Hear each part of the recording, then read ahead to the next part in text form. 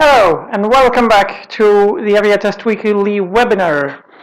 As promised in the last week after our little incident, we're back in the same place obviously, but with a whole new studio setup, which I hope will keep you entertained and will be running reliably. Unlike what happened last week. Okay, very good evening again, and thank you for joining us. I hear that our numbers keep increasing. So today, as I hear, we're going to talk about how ATC sees you as a pilot. So how they see you displayed on their screen. Now, that's quite a vast subject, of course, and there's no time to go into details with everything, of course. But what I would like to do tonight is to try and focus on an approach of what these people as human beings can see and how they can interact with you from what they see on their screens. Okay, we're not going to go too deep into the technicalities on how the signal gets from you to them, or how the technology enables air traffic controllers to see what you look like on the radar. So let's dig right into it. I hope that everybody is comfortable, and before we start, I have to warn you that we're currently experiencing terrible weather outside, which means that you may hear rumbling noises behind me, and that would be the thunder. And I hope it's not going to happen, but there is a risk that we have an interruption of stream tonight. I hope it's not going to happen, but it may be that at some point we either lose connection or lose power because of the terrible weather here in southern Spain. So, again, sit back and enjoy the show. I hope we will not have any glitches tonight. All right. Let's dig right into it. Thank you for our friends joining us from Slovakia. I see here František and Milan. Hello, František. Hello, Milan. I'm really happy to see you here so often. All right, let's dig right into it. Okay, so what does a controller see when he sits down in front of a screen? So, basically, it can depend from various factors, of course. And there are, as we explained before, we were talking about different units. And of course, there are units that depend on radars much more than others. If you're talking to a control tower, it may be that these people do not rely on radar to see you, because if you're at a smaller aerodrome that only serves VFR traffic, for example, the use of radar may not be justified, and it may just be that these people rely on what they see outside the window to control. But nowadays, as technology becomes more and more affordable for everybody, it's getting more and more common that every airport has at least a surveillance system. Surveillance means a way to see aircraft on a screen rather than in direct view. And even if it's a VFR-only aerodrome, I could very well imagine that if the control zone is particularly large, that it wouldn't be too surprising that a radar system exists so that controllers can see what happens in all their area of jurisdiction. Because simply, if the control zone is big, then you can't see all the way to the exit. So, practically, what does a radar screen look like? Sorry. A radar screen, or surveillance, because you will see very shortly that surveillance, so the fact of seeing aircraft, seeing targets displayed on a screen, surveillance does not rely on radar only anymore. There are various sources from which data can be fed to the controllers, or to the controller workstations at least. But I know that nowadays it's still quite common to refer to it as radar, or a radar screen, or radar display, but in a more official or more insider way of speaking, we would call it a situational display. Situational display actually refers a bit more accurately to what it actually is. The thing is designed to show the controller a display of the current traffic situation. It means that this is why we call it a situation display. All right. Let's not hide anything anymore, and let's go to what actually a situation display looks like. Now, without the two blue bars on the sides here, obviously this is because the screen format, the capture that I took wasn't the same as the YouTube template. So you will excuse the blue stripes on the sides. They're just there to fill the screen, to fill the YouTube template. Okay, this is more or less what a situational display can look like. This particular one was taken from Belgium. And as you can see, the background is usually dark. Usually, it can be various colors, of course. And on the background, you can see various elements displayed, such as airspaces. You can see here a control zone or a TMA. You can see restricted or dangerous or prohibited areas circled in red, for example, or if they're not circled, they will not appear as circles, of course. You can have text labels referring generally to a point, or to an aerodrome, or to a facility like a radio telephony beacon, a radio navigation beacon, or it can even be names of city or places, depending on what use the controller will make, obviously. For example, if you remember, a few weeks ago we were talking about flight information service. Well, it could be very handy for flight information service officers to have a display of towns and cities, obviously. The town names, the city names, they could be quite handy, because then if an aircraft is lost, you could very well, as a flight information services officer, point these people and say, okay, well, no worries, you're lost, but it's okay, I see you, you're just next to that town. It's easier that way. Or if an aircraft knows, if a pilot knows where he is and says, okay, I'm flying, I'm 5 miles west of that city, then it's also easier for the controller to find out where the aircraft actually is. All right. Now, this is, again, a general view of a few things that can appear on a situational display. Of course, there are color codes.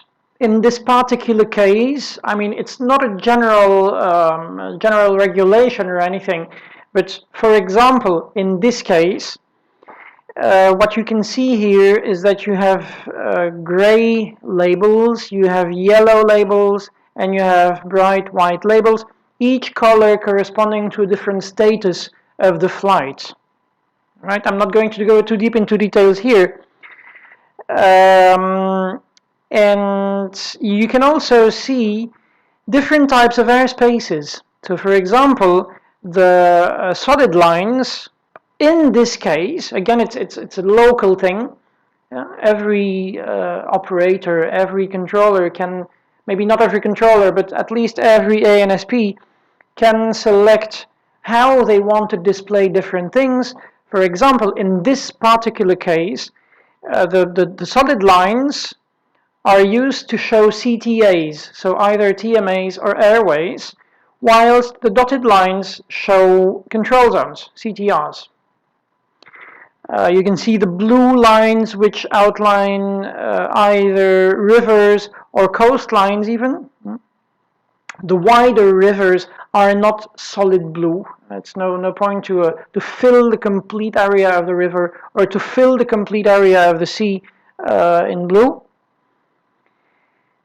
But this is okay. Again, this is very, very dependent on the operator of the system and what strategical choices they have made when they ordered the design of the particular surveillance system. Okay. Next, what are we going to take a look at? Okay. This is the basic radar system.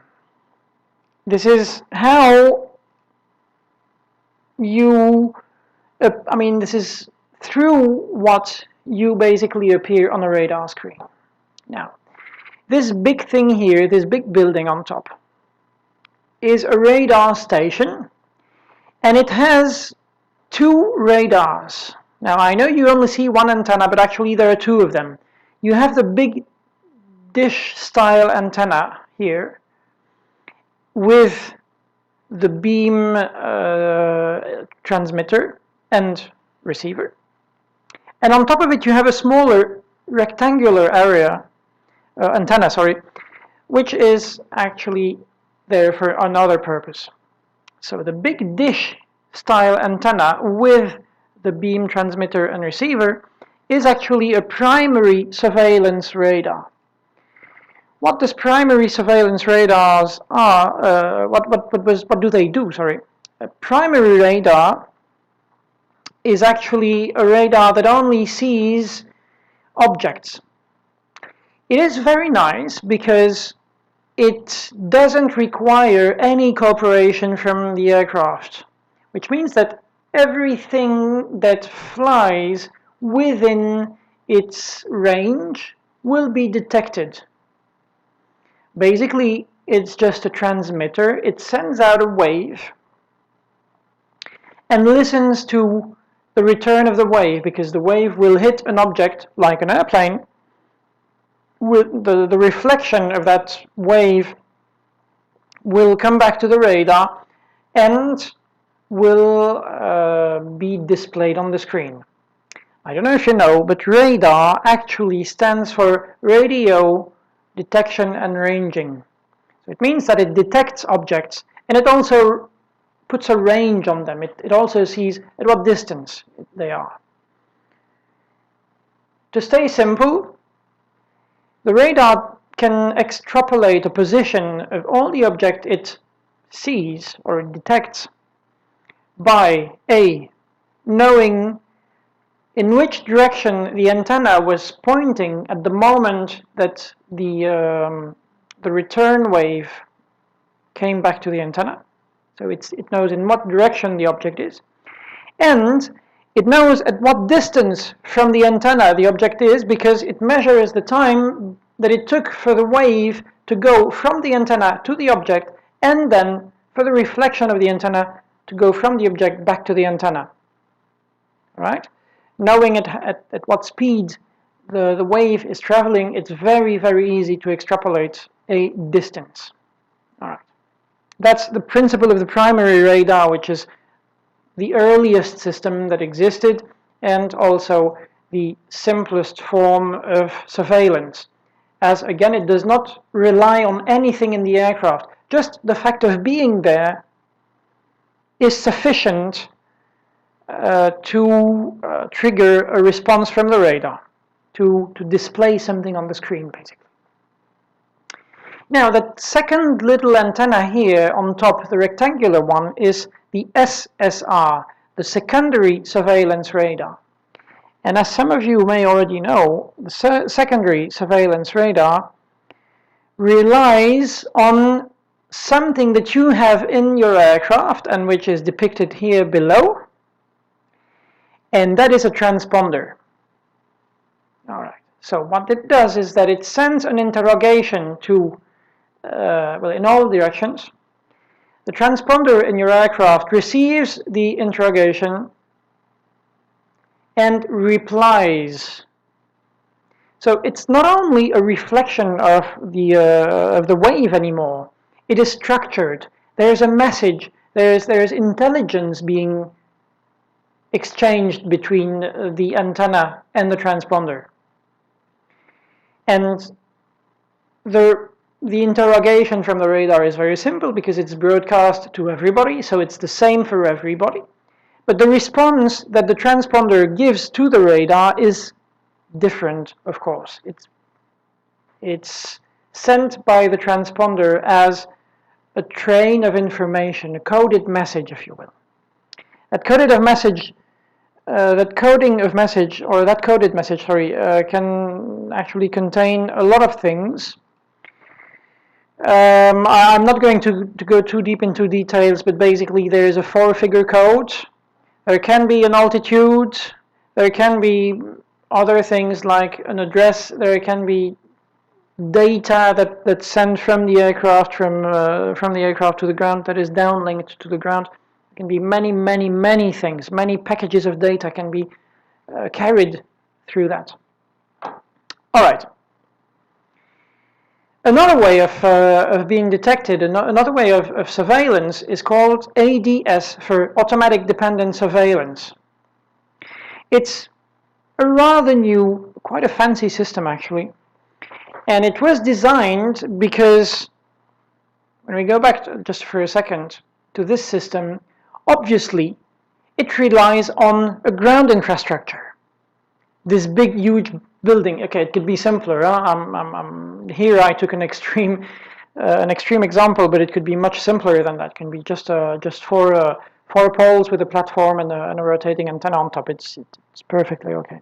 But it also is that this thing requires solid ground. It requires electricity to function. Okay, so there are areas in the world where building something like this is just a no-no. It's impossible. It can be in a it can't be built in a desert, or even worse, on an ocean. I mean, okay, technically it could be. We could find ways, but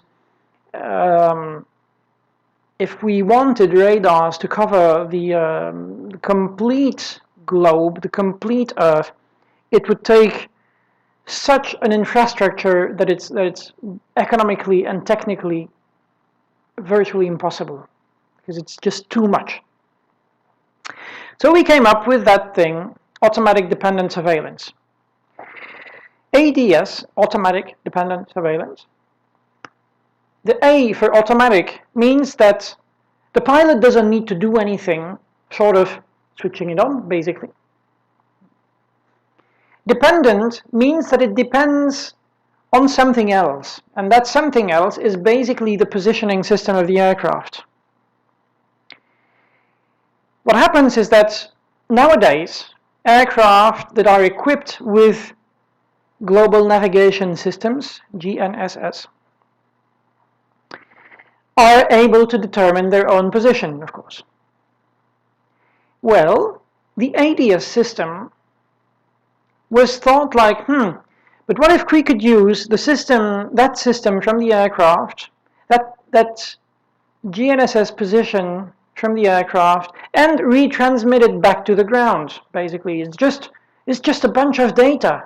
Nowadays, it's so simple to transmit that data, so that basically we just take information from the GNSS system in the aircraft, encode it, encapsulate it in the message of the transponder, throw it to the ground, and basically the computer of the air traffic controllers will use that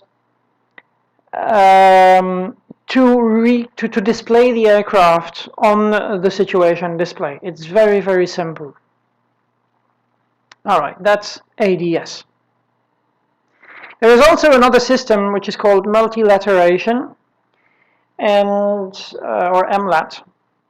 It's only in use at big airports. Again, it's something I don't want to go too deep into details with this, but it's for small areas, and it's used where the use of a ground radar would be too difficult because of ground obstacles and things like that. Multilateration is basically a network of antennas like this one you see here, and basically they put like 20 or 30 of them around an airport, and these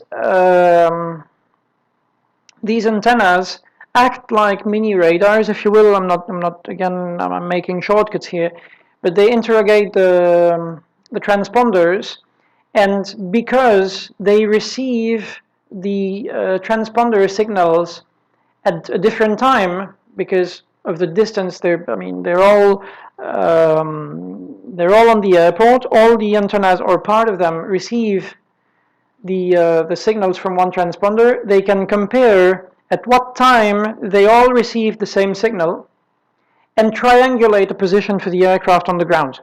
Let's not get further into that, but that is also a way of detecting the position of an aircraft. All right.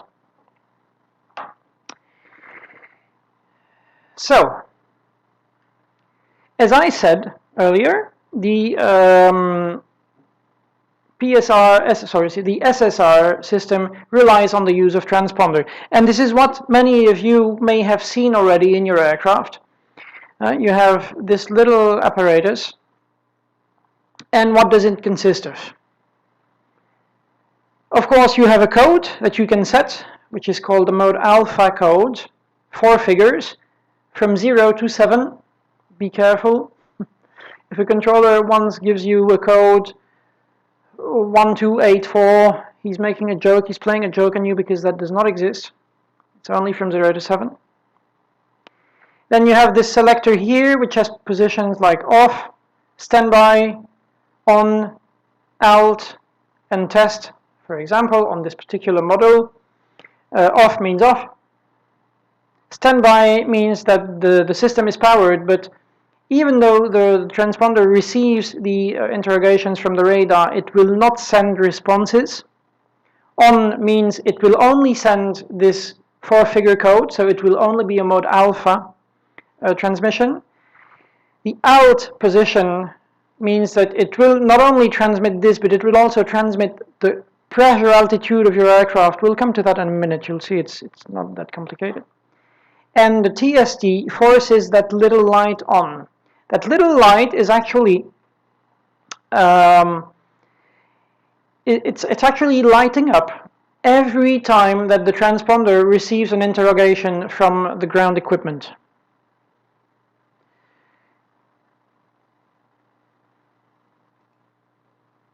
Then we still have that button, ident, squawk ident. So when a controller says squawk ident, it's called also the SPI feature, the special position identifier or indicator.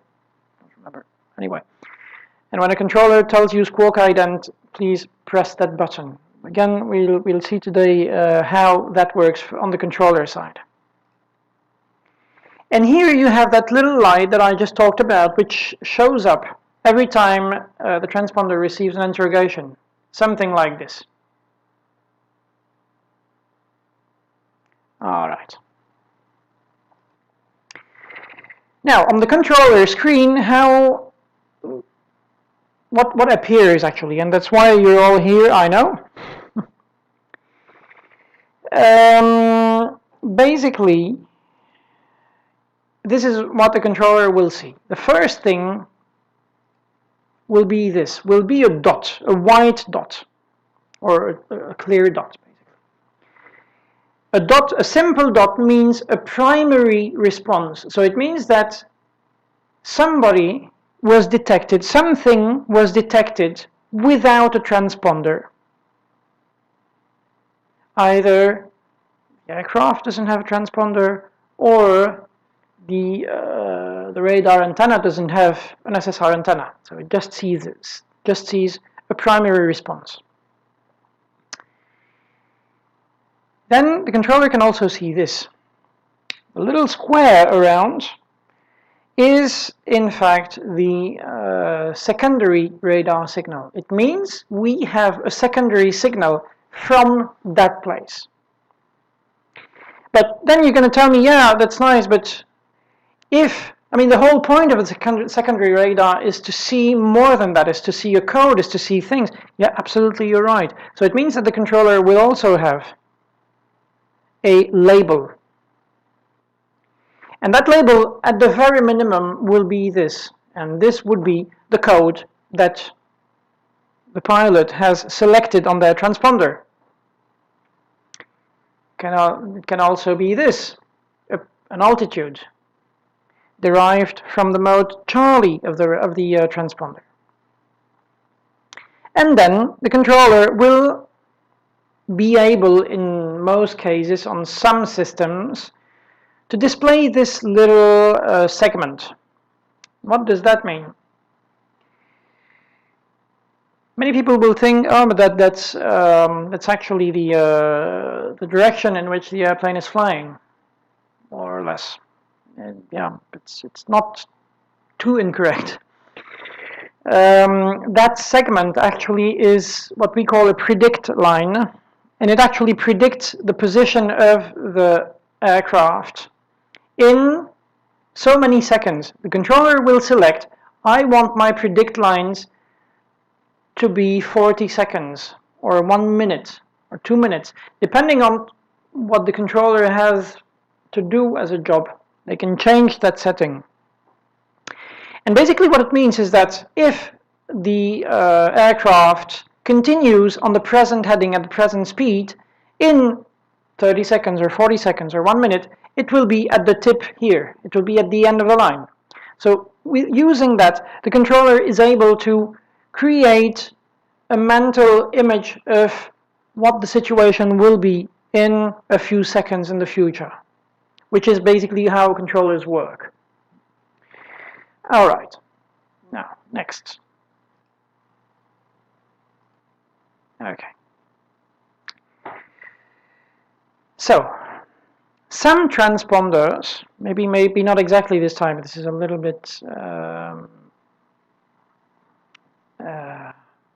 optimistic, will also be able to send other things like the registration of the aircraft or things like that. All right? But the main point here is that once the controller identifies the aircraft and starts interacting with his computer, his or her computer, then we can get much more data. We can associate a call sign with a transponder code. So, okay, the code 1234 has been assigned to Golf Alpha Bravo Charlie Delta. So the computer will remember that and will pair or will associate that call sign to that code, and hence will follow the aircraft. So the altitude we saw, and can also, that computer, extrapolate a ground speed. Again, it's an extrapolation. There's nothing too precise. It's quite good, but it suffers a small delay because the computer actually analyzes how much the aircraft moved between two successive detections. It says, okay, that distance between two successive detections at that time, so that makes that speed, and we can display it, in this case, in knots. The altitude is displayed in hundreds of feet. It's an altitude in this case. You see an A before, so it means that it's an altitude above mean sea level. And here the speed is displayed in knots. All right, so you see that we can go from 1 to 9,999 knots, which is pretty fast. All right. Ah, yes, and this is the ident. Let me play it again for you. If you push that ident button, this is what's going to happen. So when the controller says Golf Alpha Bravo Charlie Delta squawk ident, and the pilot replies, he makes a readback, squawking ident, Golf Alpha Bravo Charlie Delta. He pushes ident, and again, here it is. This is exactly what's going to happen on the controller screen. You're going to see this little circle, and now the controller knows, yes, it's exactly, I'm sure that this is the aircraft to which I'm talking. That's the purpose of the squawk ident function. Now, again, this is a more modern transponder, as you can see. And okay, I know this is the one I showed you with ADS, but this is not the part we're going to focus on right now. But you see here that this transponder also has a call sign displayed on the screen. This is most probably a mode S, a mode Sierra transponder. And the mode S transponders are able to display or to send the identification of the aircraft to the controller. Also, this transponder has an alt, or it has here the alt feature, which means that it's sending an altitude to the ground, sending the current altitude. And how it actually works is that your transponder is linked to an altimeter in the aircraft. You can actually see here that the altimeter says encoding, which means that this transponder is the one that is sending information to the transponder. And sometimes on the transponder you even see the altitude that's being sent to the ground control, to the ground station. Yeah. Maybe you remember from a course, if you've already had a course about transponders, that transponders transmit a pressure altitude.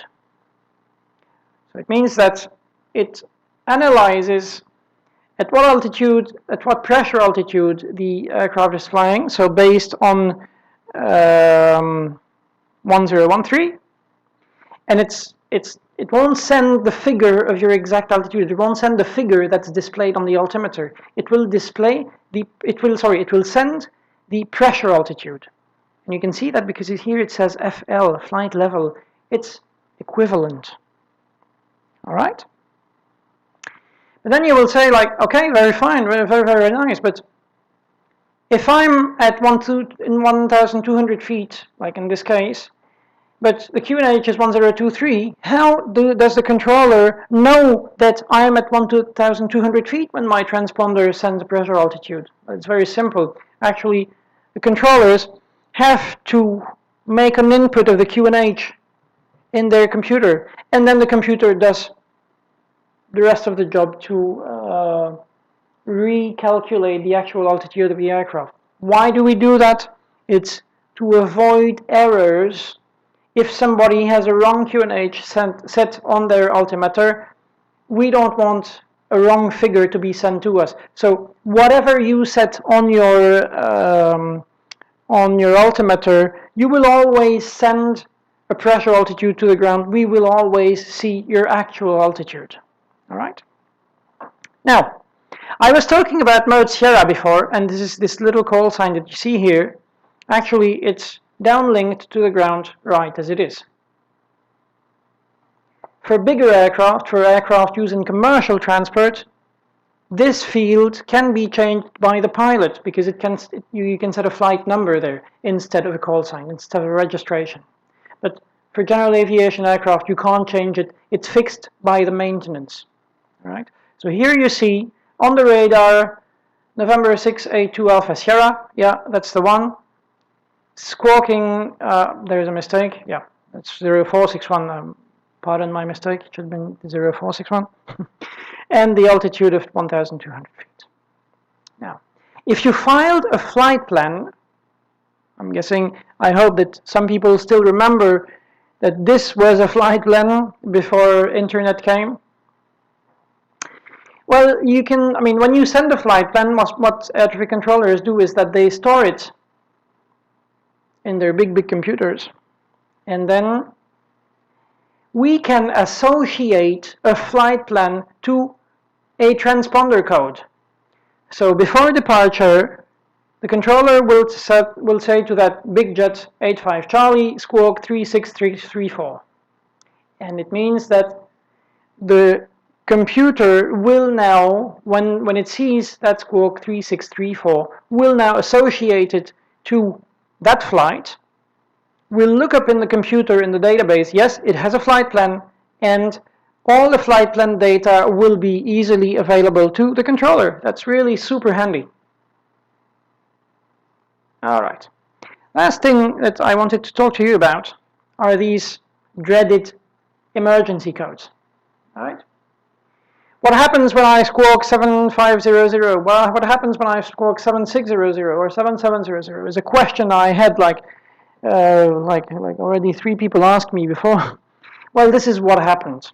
And I have, every time I teach new pilots, everybody doesn't fail to ask me, what happens on the controller screen when I squawk this? Well, this is exactly what happens. Basically, we had another line, an extra line added to the label saying hi for hijack, or this is for unlawful interference, 7500. If you have radio communication failure, 7600, then it displays RCF for radio communication failure, hello. And if you're in distress and you squawk 7700, then we have this EMR for emergency. And basically, this is again an example. Not every radar station will display it in the same way. Maybe it will be different color. There can also be audible alarms. Sounds will play in a small loudspeaker next to the controller to warn, to attract the attention of the controller to the fact that there is an emergency going on.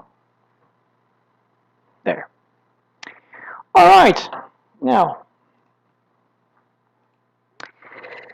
basically, this is how you're being seen on a computer, and on a radar screen, on a situational display.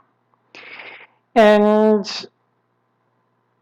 what I would like to say now is that, of course, this is a very useful tool for the controllers, but the main job of the controller still happens in here. Okay?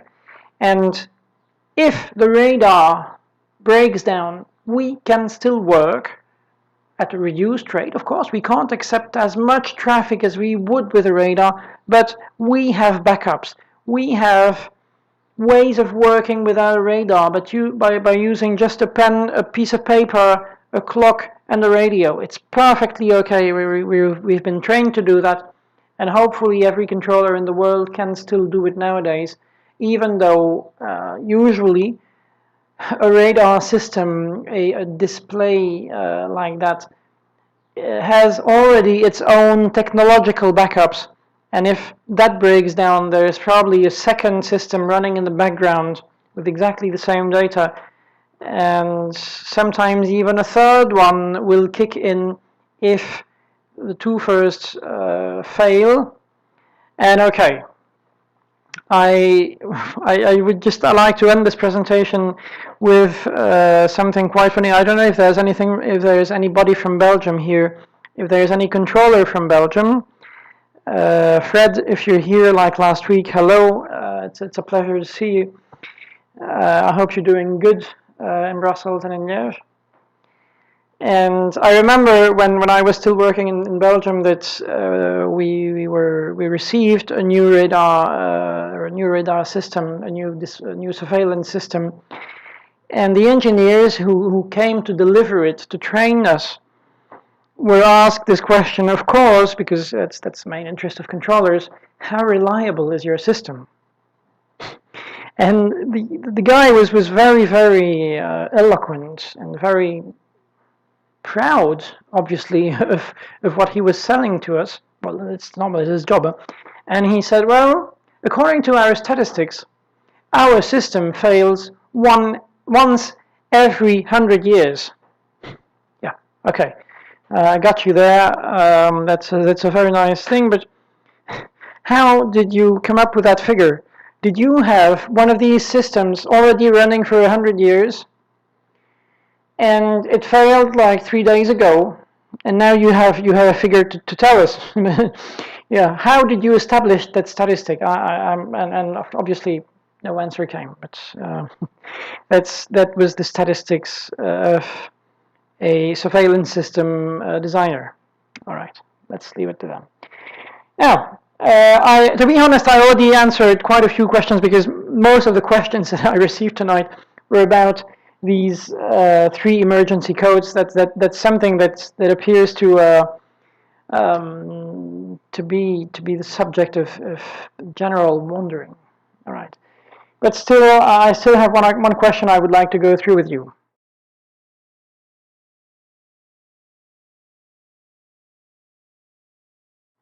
All right, welcome back. And just to finish this off today, because I'm almost running out of time, I had a very interesting question, and I'm really happy that I had this question. And the question comes from Kevin, who wrote us from Cape Town in South Africa.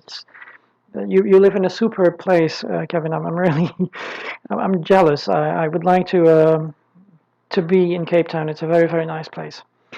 Kevin asks us, do air traffic controllers actually see the settings of my aircraft?